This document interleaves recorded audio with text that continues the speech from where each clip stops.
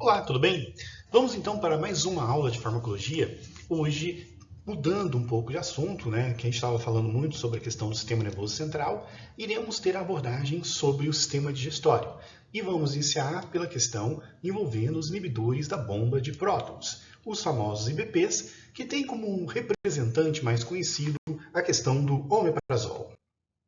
Os objetivos, então, da aula de hoje são os seguintes. Aqui no final da aula, vocês tenham uma compreensão sobre o mecanismo de ação desses fármacos chamados inibidores da bomba de prótons, entender os fatores limitantes desses medicamentos com relação aos seus riscos de uso e entender quais são as estratégias atualmente utilizadas para superar tais fatores limitantes.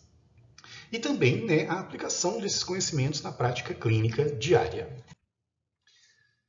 Então, podemos iniciar com a questão da fisiopatologia da secreção ácida nas células parietais do estômago.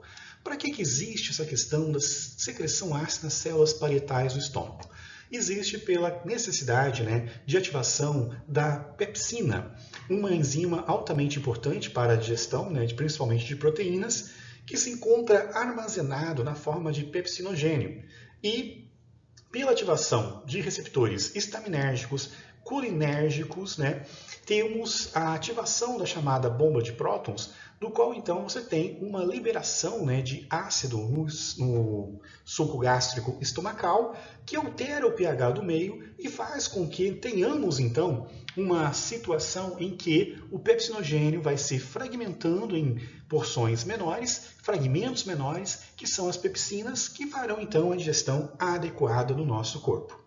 O problema, o desvio fisiopatológico acontece quando esse estímulo acaba sendo exagerado e eu começo a ter uma liberação de ácido muito intensa, ou quando eu perco a proteção existente, que é mediada pelas prostaglandinas, importantes mediadores do nosso organismo, que geram um muco protetor.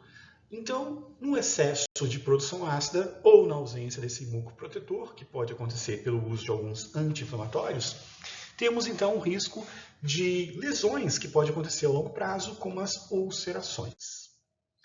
Então, este é o mecanismo principal, e aqui temos o esquema então, da principal enzima envolvida, a HKTPase, que é responsável então pela ativação dessa bomba de prótons, levando para o lúmen gástrico a quantidade aumentada de H+. E assim então que acaba funcionando. E no caso de hoje especificamente, que nós estamos falando dos inibidores da bomba de próton, os IBPs atuam justamente sobre esta enzima, impedindo a ocorrência deste fenômeno. Mas alguns detalhes são extremamente importantes para entender o real funcionamento desses medicamentos.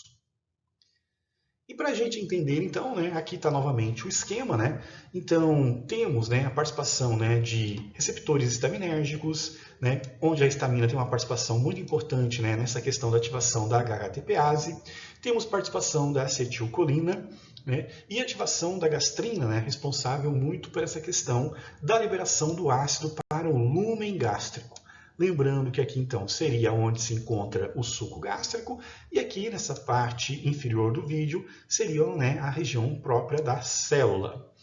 Bom, nesse caso então temos essas atividades acontecendo e uma questão importante na parte da odontologia diz respeito ao excesso de acidez que é produzido e foi anteriormente mencionado, que pode ser uma questão fisiopatológica, que associada a um refluxo pode levar à questão da erosão ácida, que pode prejudicar os dentes. Então, a acidez estomacal, além de levar a ulcerações associadas ao refluxo, pode prejudicar sim a saúde bucal. E temos muitos estudos, inclusive, que falam sobre isso, envolvendo até mesmo queda dos dentes por causa do refluxo gástrico, no qual a acidez está muito acima do esperado. E o tratamento desses casos dão por parte dos dentistas que prescrevem esses medicamentos inibidores da bomba de próton quando devidamente conveniente para o seu uso. Bom, mas o que são esses IBPs? Bom, os inibidores da bomba de prótons surgiram no final da década de 70 do século passado. O primeiro representante foi o timoprazol, que não tinha uma farmacocinética muito interessante, tinha uma eliminação muito rápida e era necessário usar várias vezes ao dia. E então, justamente, né, nesse final de década de 70, que foi sintetizado o primeiro IBP, né, de impacto clínico, que foi o omeprazol, o famoso omeprazol até hoje. Então ele tem uma estrutura química marcada pela presença, né, de um grupo tiol, né, que é um enxofre ligado ao oxigênio, anéis piridínicos, né, e um anel heterocíclico e também um anel aromático. Daí então, né, a sua principal forma de ação se dá pela presença do enxofre, que se liga, né, a cisteínas, né, que são os aminoácidos que contêm enxofre, constituintes da enzima HKTPase, impedindo a sua ação. De uma forma geral, então, como ele age? Ele é um falso substrato que engana a enzima por uma ligação, né, de ponte de disulfeto, né, dois enxofres se ligando.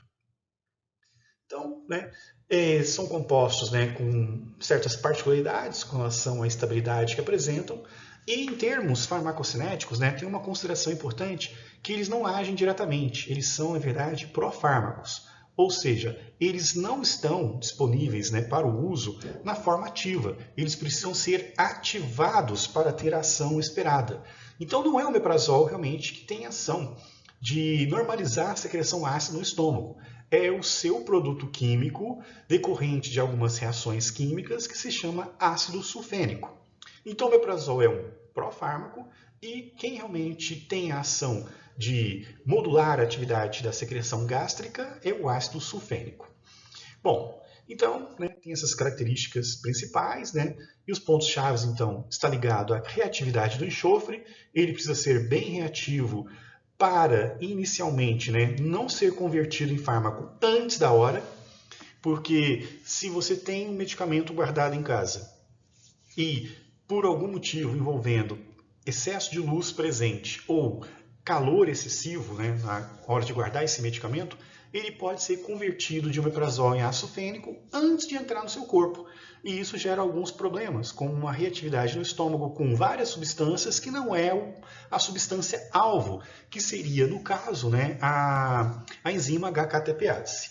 Daí, então, né, se comporta como um ácido básico enxofre nessa molécula e tem uma estabilidade, né, influenciada por alguns fatores, como eu já mencionei, como, por exemplo, né, a questão da luz, então eles são fotossensíveis, né, e a questão do calor, do qual, então, né, o que acontece? O omeprazol pode ser convertido em ácido fênico, como já mencionei, antes de entrar em contato com a enzima alvo dele e, por uma questão de não ter uma seletividade, reagir com N produtos e não conseguir, né, ter a interação desejada, que é com essa enzima HKTPase. Então, né, algumas dúvidas se tem com relação, né, ao omeprazol e seu uso, que foram desvendadas ao longo do tempo, né? Então, uma coisa que é importante, como que é essa reação de conversão do omeprazol para o ácido fênico? Essa reação ela acontece pelo meio ácido, ou seja, eu preciso do meio ácido para ter essa conversão. E aí já começa a ter um certo problema, porque essa acidez que o ativa é a acidez que ele tem que combater. E se ele é ativado antes das células parietais do estômago, que foi o esquema que eu mostrei, né, minutos atrás, não será o efeito esperado, né?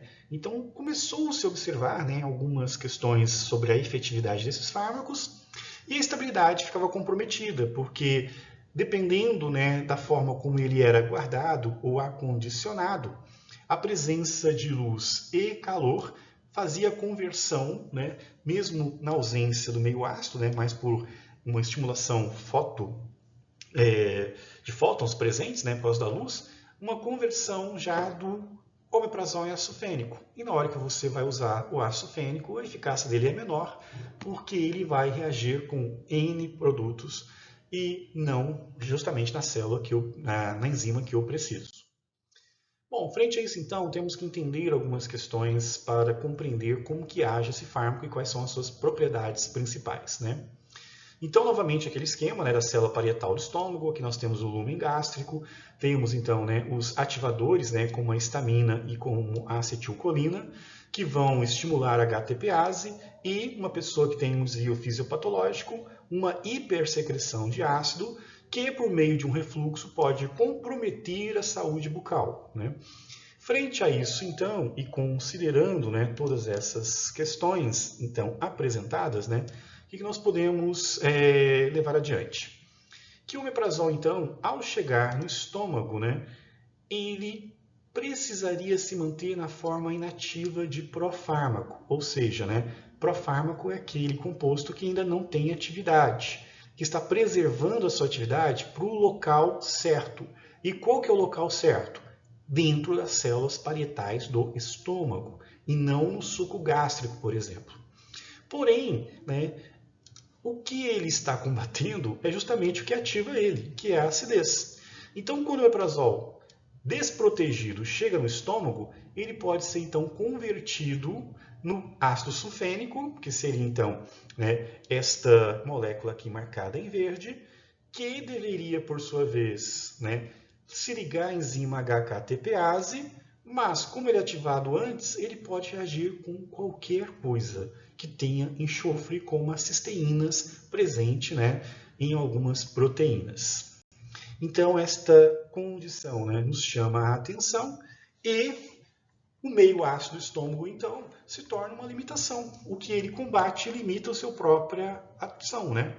E frente a toda essa situação, né, você tem, né, a ligação, né, do ácido sulfênico, que é aqui representado, com aminoácidos cisteínas, né, constituinte de várias proteínas, e no final da conta você não tem ação onde você deseja, que é com a enzima HKTPase no estômago. Então, no suco gástrico, ácido sulfênico presente, já era, né? Ele vai reagir e vai sobrar talvez muito pouco para ter ação aonde eu desejo, que seria essa ligação química, que está marcada aqui com X, e estou marcando agora em verde com um círculo, que é o resultado farmacológico desejado. E, né, consequentemente, né, não vou ter uma inativação da bomba de prótons, que seria a função, então, do ácido sulfênico derivado do omeprazol. Os primeiros anos de uso do omeprazol, isso ficou muito evidente e foi um fator limitante considerável, onde não se tinha uma resposta clínica desejada, porque parte da medicação se perdia pela acidez do estômago, que ativava o omeprazol em ácido sulfênico e deixava ele reativo com várias coisas, e uma quantidade realmente muito pequena cumpria o papel desejado. Então a eficácia era pequena. Então o que era necessário fazer, né? Considerando então que, né, a ação do omeprazol livre no lúmen gástrico era o problema, eu tinha que garantir a entrada do omeprazol inativo pelas portas dos fundos, ou seja, né, por dentro do nosso organismo. Esse que é a grande questão, né, para o sucesso do omeprazol. Ele não pode ser ativado no lúmen gástrico, porque aqui ele vai reagir com N coisas presentes aqui e vai sobrar muito pouco para agir onde eu quero, que é a HKTPase. Então, o que deve acontecer, né, é que o omeprazol ele teria e precisa passar inativo para o estômago, ser absorvido no intestino, se cair, né, no processo farmacocinético, ter a distribuição e voltar para o estômago e, como eu disse, pelas portas dos fundos, né, adentrar a célula e inibir a HKTPase. Então, o segredo é esse. O omeprazol não pode entrar pela porta da frente, pelo suco gástrico, ele tem que ser absorvido no intestino, alcançar o organismo, se distribuir e, a um dado momento, chegar até as células parietais do estômago pelas portas dos fundos, como eu estou dizendo, e assim, então, ter atividade. Porque somente aqui, né, a conversão do omeprazol ácido sulfênico deverá acontecer. Então, isso é um fator importante também, tá, gente? A conversão do omeprazol ácido sulfênico tem que acontecer dentro da célula parietal do estômago e não antes. E como é que eu vou garantir que o omeprazol não será ativado no pH ácido do estômago e que será, então, absorvido realmente como omeprazol e só será ativado dentro das células parietais do estômago? Esta foi uma estratégia utilizada, né, que envolveu, né, essa não absorção no estômago e sim uma absorção apenas no intestino, que contou com um processo de tecnologia farmacêutica interessante, que são os pellets, né? Se você abrir, né, uma cápsula de omeprazol, você verá que ele está em bolinhas. O que são essas bolinhas, né? São microcápsulas que contêm no seu interior omeprazol. E o que acontece? Essa microcápsula ela é ácido resistente. Então, quando a pessoa ingere o omeprazol dentro desses pellets, né, essas bolinhas não são afetadas pelo ácido, permanecem inalteradas e fazem então com que passe pelo estômago. Na hora que chega no intestino e o pH se torna mais alcalino, essas microcápsulas que são alcalinas sensíveis, ou seja, em pH elevado elas se desintegram, vai então liberar o omeprazol para ele ser absorvido só no intestino. É como se fosse um cavalo de Troia, né? Onde você tem uma proteção lá no estômago para não ser ativado, e chegando então no intestino, onde o pH é alcalino e não ácido, e consequentemente não há conversão do omeprazol em ácido fênico, a absorção acontece somente do omeprazol, né? Que vai cair na corrente sanguínea, onde o pH é 7, e somente nas células parietais do estômago, que são as únicas células que têm um pH mais baixo, mais ácido, é que elas serão então ativadas, né? Então o processo é esse, né? Envolve uma questão então de você administrar o fármaco, ele estar protegido pelos pellets no estômago, não ter contato com a acidez do estômago, porque está no interior dos pellets, chegar no intestino, onde esses pellets, esses polímeros, né, são então degradados, libera-se então o omeprazol aqui, que estava no interior, né, das microcápsulas. Esse omeprazol será absorvido, não será ativado porque o pH do intestino é alcalino, vai cair na corrente sanguínea, onde o pH é neutro, vai se distribuir e uma certa hora vai chegar nas células parietais do estômago, e as células parietais do estômago são as únicas células ácidas, né, cujo citoplasma tem um caráter mais ácido. Chegando lá então, como foi mencionado, né, a acidez vai ativar. Mas será ativado somente aonde? Dentro da célula. Assim eu garanto o efeito do omeprazol. Então os pellets têm essa função, proteger o omeprazol da acidez, ser degradável no pH alcalino do intestino, liberar o omeprazol na sua forma de omeprazol, circular pelo sangue que tem pH neutro como omeprazol, e somente quando alcançar as células parietais do estômago, que tem um pH mais ácido, só assim ser convertido então no ácido fênico para agir onde a gente quer, que é justamente sobre a enzima HKTPase, né? Então, não absorção no estômago, absorção no intestino e efeito depois, né, chegando, como mencionei, pelas portas dos fundos, né? Então, esta é a condição principal, né? É assim que tem que acontecer. Então, o omeprazol precisa ser absorvido no intestino e ele passa pelo estômago, então, protegido pelos pellets, né? E somente assim, então, pelas portas dos fundos, né, que ele vai alcançar o citoplasma ácido e conseguir, então, inibir esta enzima, né? Bom, daí, então, né, todo esse processo vai acontecer de uma forma correta, mas sempre lembrando, como foi mencionado, né, a questão do calor e da luz pode fazer a conversão, né, em ácido fênico mesmo dentro dos pellets, que vai fazer então que a eficácia caia. Este é um problema, porque afeta a estabilidade e validade do omeprazol. Então o omeprazol, gente, tem que ser guardado ao abrigo da luz e em temperatura ambiente, né, para não ter esse problema. Bom, daí nós temos outras variações, né, como o omeprazol magnésio, que tem duas moléculas unidas, que tem uma certa estabilidade, que é uma vantagem que se tem, né? Mas sempre foi uma limitação esta instabilidade química do omeprazol.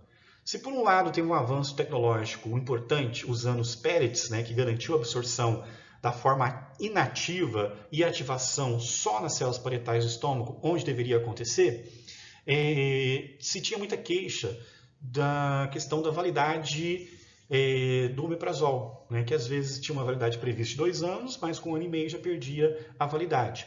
Por quê? Porque se não fosse guardado adequadamente, ele ficaria então na conversão de omeprazol e ácido fênico já nos pellets e seria liberado o intestino com ácido fênico e poderia interagir com qualquer coisa também, né? E foi então que se buscou algumas inovações a respeito, né? De onde surgiram então, né, o lansoprazol, o pantoprazol e até mesmo o esomeprazol. Qual é a diferença básica, né, que existe desses compostos, né? Então aqui eu tenho o omeprazol, aqui eu tenho algumas mudanças, né, que são perceptíveis com presença do íon flúor, por exemplo, né, que a gente pode notar aqui, né, nessas regiões aqui. Então o que acontece, né? O flúor ele tem uma propriedade química chamada eletronegatividade. Ele desloca a densidade eletrônica para longe do grupo principal, que a gente chama de farmacofórico, né, que seria o enxofre. Então, o que ele faz? Ele deixa o enxofre menos reativo. E isso aumenta a sua estabilidade frente à luz e ao calor, sem afetar sua eficácia clínica, né? Então, a diferença básica que tem de omeprazol para lansoprazol, pantoprazol e até mesmo esomeprazol é a questão da estabilidade. Eles têm, né, um processo de validade mais confiável, vamos assim dizer, né? Bom, dito isso, então, né, tivemos todas essas variações, né, essas novas moléculas mais estáveis que têm um perfil, né, de mais segurança com relação ao uso por garantia da efetividade. Bom, daí então, né, tivemos, né, vários estudos falando, né, sobre as vantagens e desvantagens, né, das novas gerações de IBPs, mas o omeprazol ainda continua né, bastante sendo consumido, assim como também pantoprazol, lansoprazol e alguns outros, né, inovadores também. Só que a gente tem que pensar que esses medicamentos têm que ser usados com uma certa racionalidade, porque eles têm alguns problemas, né? Se você o prescreve para proteger os dentes, né, por causa de um refluxo ácido exagerado, o que acontece, né? Temos que também tratar da causa, porque não é como se fosse um simples antiácido. Até porque uma das questões que levam ao aumento da secreção ácida é a presença de uma bactéria chamada Helicobacter pylori. E a ideia principal é eliminar essa bactéria com antibióticos, né, que a gente vai estudar em breve aqui na disciplina. Então existe, né, alguns tipos de tratamento, né, chamado tríplice padrão, algum inibidor da bomba de prótons com amoxicilina e claritromicina para eliminar a bactéria e assim normalizar a secreção ácida num período de 14 dias, para que o uso não seja crônico. O tratamento concomitante, no qual então você tem o IBP à sua escolha, omeprazol, lansoprazol, pantoprazol e afins, usando amoxicilina e claritromicina, com um reforço do metronidazol. E temos a terapia sequencial, né, que aí você tem duas estratégias no prazo de 10 dias, que seria começar 5 dias com inibidor da bomba de próton e amoxicilina, e os 5 dias restantes, inibidor da bomba de prótons, mantido, e substituição, né, da amoxicilina pela claritromicina e metronidazol. Vejam que, né, o prazo geralmente é de 14 ou 10 dias. Não há indicação para o uso crônico do omeprazol. Isso é uma coisa importante a se ressaltar, né? E esse tratamento, né, adota algumas siglas, né, que a gente pode ver aqui, né, do qual, então, né, são as formas, né, que são referidas, né, a esses tratamentos, né? E, né, toda a racionalidade, então, reside no uso correto e não crônico desses medicamentos. Bom, daí então temos que considerar que um tratamento crônico que não segue esses protocolos apresentados a vocês levará a alguns efeitos adversos não muito interessantes, né?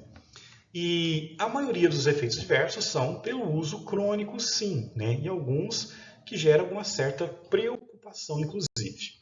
Quais são esses efeitos, né? Então, teve um trabalho desenvolvido, né, recentemente, né, no qual, então, se apresentou, né, os principais efeitos. Os efeitos se intensificam muito após 2 anos de uso crônico, né, que está muito aquém dos 10 a 14 dias recomendados, né, do qual, então, né, é de suma importância, né, que se entenda que o omeprazol precisa ter um uso racional com relação, né, às suas indicações.